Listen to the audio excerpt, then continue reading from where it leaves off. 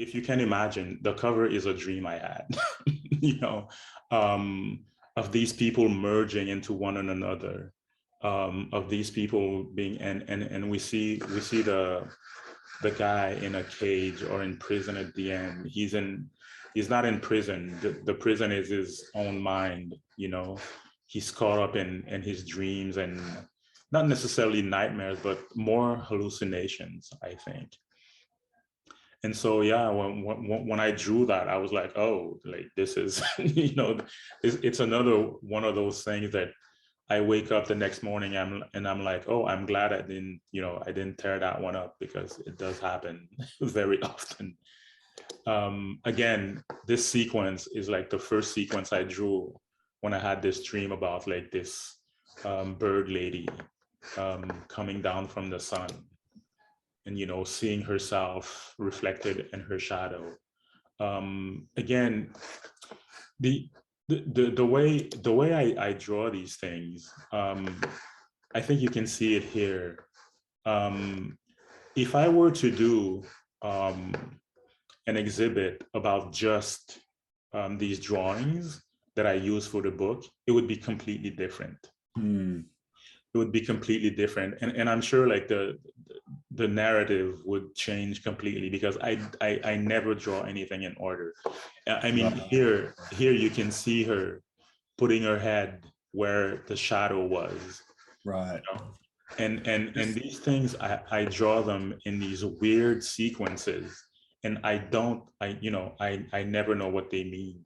So, you know, making the book is just another way of processing these dreams and these images.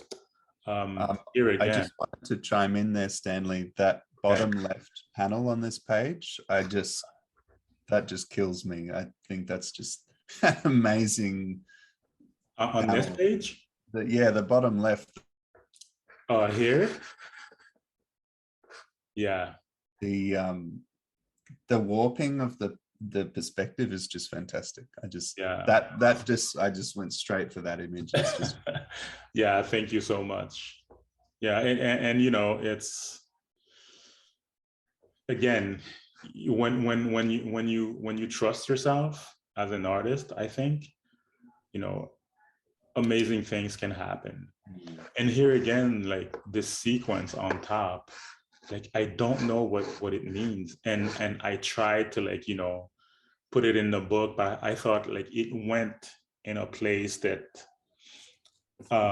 if I were to integrate that, the book would probably be like 500 pages long. It's another one of those dreams that flows in and out of other dreams, and you're like, that was so interesting. But again, you know, to me, when making a book means making choices, because traditionally the way people write books, like they have a very fixed idea, and then they write a scenario, you know, and then they go through the drawing process and so on and so forth. It's very methodical. But the way I work is more like a film, whereas I'll shoot like several scenes, and then on the cutting floor, the book will emerge. But the work is completely different from the final book. Like, I mean, for this book, I must have like another 100 pages that I haven't published, you know. So yeah. So again, that's another page that I took like Helem from. And something I love about your work, Stanley, just to chime in there about what you're talking about, is that it can be read in several different ways. Yes. You could very easily do a reading, obviously, with a sort of a psychological reading, Freud, Jung, and sort of go through it that way, surrealism, you know, Andre Breton and so forth. Yes, you can then read it as a narrative, a straightforward narrative. And finally, you could also sort of read it. I find your work very compelling on the grounds of sort of art theory and film theory, because there was a shot on the page before last where you've drawn these elaborate mountainscapes and then scribbled into them really hard and sort of obliterated them. And I find that sort of negation really, really interesting. And I think your work has a hell of a lot to offer, just purely in terms of picture making and mark making, and talking about drawing, talking about the image and sequence. I love that. I love that you could really read the book 3 or 4 different ways. And you know, and to me that's the goal, right? I'm proposing this object, which is you know, the result of a long process. But I think, to me, one of the most interesting things is working like that allowed me to go over, you know, the fear of being judged. Because, you know, these things I don't control. Somebody might find something in them about me that you know, I'll have absolutely no control over. Yeah. That's one thing, going back to autobiographical comics like we were discussing earlier, that is something that I'm terrified of because of that revealing of yourself. But at the same time, it's very liberating, right? I'm sure. You know, and it infuses you with like a courage, and you're like, oh, okay, I did it. You know, nothing happened, right? You know, and even like, you know, I've had a lot of people who've had to go through a lot of, you know, suffering, cancer, and so on and so forth, come to me and say, oh my God, like your books really helped me. And that's, to me, you know, that's so rewarding. Yeah, absolutely. Right? Because you get to share in another person's suffering, you get to help them. And to me, that's amazing. But myself, I didn't put that in there, right?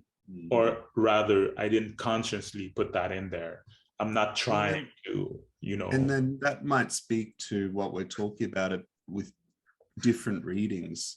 If your work didn't allow for such interpretation, they may not be able to get that out of it. If you were just doing a straight up action superhero thing, there wouldn't be that wiggle room for the reader to bring their own experiences and their own thoughts to it. Exactly. And I think, to me, that's the interesting part. You know, absolutely. having the reader infuse their own experiences into it, you know, and like this imagery, like I really like this imagery because it comes out of, you know, abstraction, but then the whole book is there. Like if you look at the and the bottom right corner, you know, you can see like the 4 characters in the book, the cube, the coffin. Like this image is basically the book, right? And I can interpret it in a certain way, you'll interpret it in another way, and somebody else will interpret it in another way. And to me, that's very gratifying, you know, to have that happen, you know, to have people come to me and say, oh, you know, this passage was so inspiring to me because such and such, or, oh, this passage means this and that. I've actually talked to one of my friends who, like, he really keyed in on the cube, and he was like, oh, that cube, right? The cube, like there's like these characters, each face of the cube represents like, and his interpretation of it was like so amazing and so on point. I was like, wow. Like, I mean, I didn't do that. And you know, and to me, that's really gratifying, having like being able to put a work out there absolutely that's incomplete and it's completed by the reader. You know. Okay, stop sharing. Here we are. Okay. Well, we've got 20 minutes left, Stanley. Would you be comfortable with some perhaps some questions from the any of the listeners? Yeah, Would anyone like to ask Stanley a question about his work or his publishing? Or yeah, Frederick has asked, does your work also represent a form of holistic health? If so, when did you recognize it? That's a great question. So funny thing happened with these books. I start drawing these books. It's 2 o'clock, 3, 4 o'clock in the morning. I have no idea what I'm doing, and I'm drawing these books about suffering.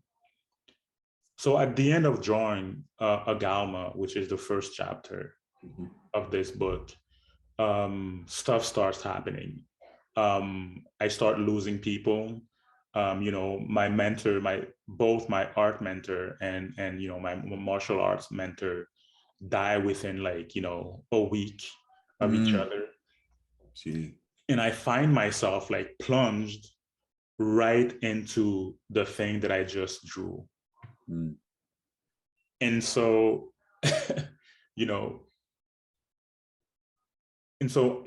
I find myself in this weird spot, where I'm like, okay, so what happened there? And for a long time, I couldn't read my books. I just didn't go back on them. And then stuff started happening, and finally, I kind of went back, and to me, it almost seems like, I anticipated what was going to happen in some weird way. And to me, it was kind of, creepy and weird, but at the same time, like Frederick said, it was like this thing that said, it's almost like I created my own tool to get over something. Yeah. Right. So that was, to me, that was really cathartic in that sense. And with Sequence is the same. Sequence was like, again, I draw this book, and then I find myself, after drawing it, asking myself these questions. Yeah. And I'm just apprehending, the future. That's why, I always have a sense of ending stuff in the light, so as not to bug myself down because these things have they have this bad habit of imitating real life, and although I find that fascinating, it can also be a bit scary in a sense. Stanley, just speaking of sequences, Andrew has asked a question relating to that, which is, how do you feel about combining Agalma and Sequences? Was it easy to stitch them together, or did new paths emerge? It was easy because Agalma and Sequences are both the same story, but reversed. Okay. So Agalma is the main character is, and in this case, I say a woman,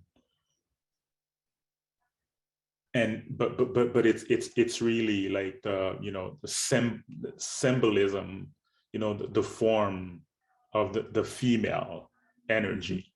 That's what it's about, because she goes inside. Her suffering is internal. Whereas Sequences is completely the opposite. Right. There we're dealing with masculinity, outside projection, not subtle force, but brute force. He drinks, he goes out, and it's funny because his name is Jonas and the whale. And when he goes inside, so there's a scene in the book when he goes in the bar. The bar is like his whale. He goes inside to confront himself. So there's a lot of symbolism. So these two, they're basically flip sides of the same coin. So it was really easy to get them together. I'm gonna have to go and read those again now. Not that I'm complaining. I'm looking forward to that. Oh, that's very, very interesting. Just continuing on that line of thought, Stanley, did you sort of work on one of those and then the other, or were you working on them simultaneously, those two? No, it was actually, um, I actually did another book between Agalma Okay. and Okay. Sequences called Dream Cave, which I kind Yep. of ran out. There's no copies of it anywhere left. Um, Oh. I only have like PDFs of it. Um, but again, Dream Cave was also a link between, because Dream Cave is Helem, is Helem's, it's a dream that he's having. Helem is a bit of a curious character. We know nothing about him. He comes and goes. He's there. He's not really there. You don't know anything about him. But there's this dream sequence that I have called Dream Cave, that he goes in the past and he lives this experience. And through the Dream Cave, he comes back as Helem. So all three books are kind of linked. They're all, I drew them all like, within, and Agalma took me 3 years to draw. So did Sequences. Dream Cave was a bit faster, but there's a lot of work, and I think what you said is right, because I do remember now that there was overlapping on these two stories, and I think that's another factor that weighs in on why it was so easy to being able to combine them, because they're basically the same idea, just like explored from another point of view, I feel. Yeah. And were they conceived clearly as two different works, or did that emerge a bit later that perhaps one was moving in a different direction? It's a great question, because I couldn't tell you. I think, You made that decision at 4 a.m. when you were drawing one night. yeah, I think to me it was like, oh, okay, so I have this thing here, but I still have this thing that's unresolved. Let's just, push on through. And then this other thing comes out.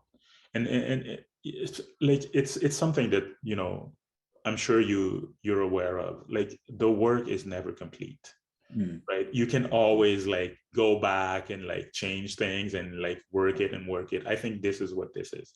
This is one long work that I, put out, like, at a certain point in time, but it's really like one long piece. I was just thinking, thinking of Sequences, Agalma, Helem, Dream Cave. I mean, they would work really if you ever had the means to put them out as a big fat hardcover. I mean, they would almost work as chapters or short stories. As a sort of a, pardon the pun, but a sequence. That would actually be a really interesting way of presenting them, because then you get this sort of span almost in real time of your life. What would that cover? 6 or 7 years so 7 years. So far. You And I'm sure there'll be more work to come. At least I hope there will be. But I mean, even more so, if you factor in Helem, that's like 10 years of, eight to 10 years of work. Because William is 8, he's turning 9 soon. Oh, so my it's God. about, so oh my God. That's wild. It is. And this could be a painful question, but I always need to know what's happening next, Stanley. Oh, have you commenced your next project yet? Yes and no. Yes, I don't know. Like, I have, like I said, I have like, publishers would like rip off their hair if, I have so many pages lying around doing nothing, and sometimes, I'm just waiting for that next dream to like inform me of what's going on. But there's a lot of things going on. And I found, so I was putting up stuff on Instagram, and I put out, I think, two or three pages. And I was like, oh, these pages, they're cool. And then, I was clearing up my studio. And then I'm like, what's this? It wasn't 3 pages. I had like, 9 pages of that stuff. Oh, And I was wow. like, wow, like where did this come from? So I have like stuff lying around. And when the next book is gonna emerge, it's, your guess is as good as mine on that point. Oh, I look forward to it. Yeah, yeah. But I'm experimenting like with the large illustration stuff, and and more. I've gone into like confronting illustrations and installation, which to me is another level added to storytelling, which is very gratifying. But I'm not one of those people who think there's high art and then this is not. To me, Yeah. it's all the same. It's all like an exploration of like humanity and whatever. So Oh, look, there's trash in the art world, just as there's trash in comics, and there's trash in film, and then there's really amazing stuff in art exactly, and comics and film. exactly. So So yeah, yeah. So the subject matters, everything is there. I'm just waiting for that spark to say, oh, this goes together with this and this and this, because it's not like when it's funny because when I come out of these like um insomnia sessions or whatever they are, it's funny because I'm more tired when I sleep sometimes than when I didn't sleep. And so it takes me time like to get like my head going, to wrap around, to gather like all my works and say, oh, there's something there. Because like like if you're doing work, you don't want to impose anything, because I feel when you know some of these comics, they suffer from that. People just impose their views too much on them, and they feel you know they just genuine, and to me it's too bad when that happens.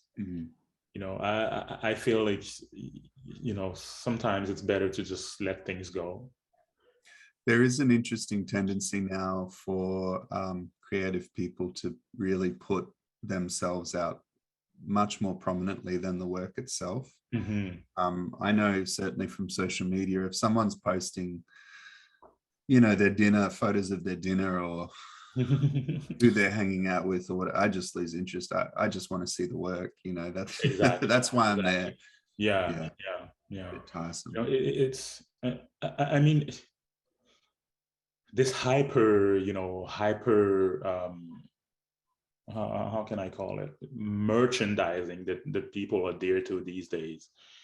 It's kind of weird because it's something that as an art director, like you're in your work anyways. If you put your work out there, people will know you. Yeah. Because you draw yourself, you tell stories about yourself. You're there, so you don't need.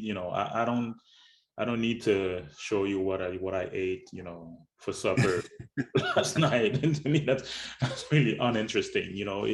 If you look at the stuff I do, you might, you might find out that, oh, okay, maybe he had this and that, and it didn't go down too well. But I mean, it's not necessary to me. So in that sense, I'm with you on that. Just a little comment in the chat there from Christopher Sporandio. Well done, Oh, chaps. Chris. Congrats, Dan. I'm surprised he hasn't asked you a question. So, Chris, there's still time for a question if you want to ask Yes, Stanley a Chris. question. Ask questions. I had a question, Stanley. As someone who has unfortunately incredibly dull dreams, incredibly dull, like you wouldn't believe. Like I get stuck in shopping centers all the time. It's like It's yeah. Um, Is it the Come dream on. where you're in the shopping center and you can't get out? Yeah, You can't that's my find like the recurring exit? dream. That's my Yeah, recurring dream. It's yeah, horrible. okay, And they're yeah, huge affairs. They're like suburb-sized shopping centers, and there's exactly. hotels in them because people get stuck in them. Yeah. Anyway, so asking as someone with really, really, really, really boring dreams, I'm wondering if your dreams have changed much over the years, because you've got this sort of almost not a record, but a running response to them. You Mhm. know, have you noticed any changes in the way you dream, or are there things you used to dream about that you don't anymore? Or I'm just very interested because you're someone So that's very plugged in. it goes in periods. I remember there was a dream that I used to, and I don't know if Frederick is still there, but this concerns you, Fred. um, there's this dream I used to have when I was a kid about me running and rolling hills. And then I fall into the water and I'm like, I become this soldier and I go into this hole and I'm like in World War I and whatever. And I'm pretty sure it was one of the, in Fred's pictures on his Instagram. Um, I recognized those hills. They were like North Carolina or something. Mm, And then I'm going through the process of like researching my family history. And the Gibbs family, they came down from England through Germany. They established themselves in North Carolina, and then around World War I or so on and so forth, um, all their slaves went in the Caribbeans. And so right now I'm in this period where all these dreams I used to have, I'm having like flashes of them, but they're being explained in some ways. mhm. And so I always go through these periods. And sometimes I'm so tired that I don't dream at all. But sometimes when I don't dream, um, I actually have like explanations of these dreams. And I often have like the same dream over and over again. I don't know if that ever happened to you. Like, you know, you dream the same thing over and over and over again. And you're like, It okay, does, let's but stop. Well, what do you want? You know? yeah, And then unfortunately, at it's the some shopping point, center. you're like, okay, oh, okay, I remember that dream when I was, you know, last year or 2 years ago. And then, oh, Mhm. this is this and this is that. So I'm, you know, maybe sometimes you know, I tell myself, maybe you haven't waken up. Maybe you're still dreaming. All this is a dream. It's not really real. Mm. So yeah, so I have like this weird relationship with dreams where I, you know, I'm really not sure like where the line stops, you know, and I think it you know it shows in my work a lot.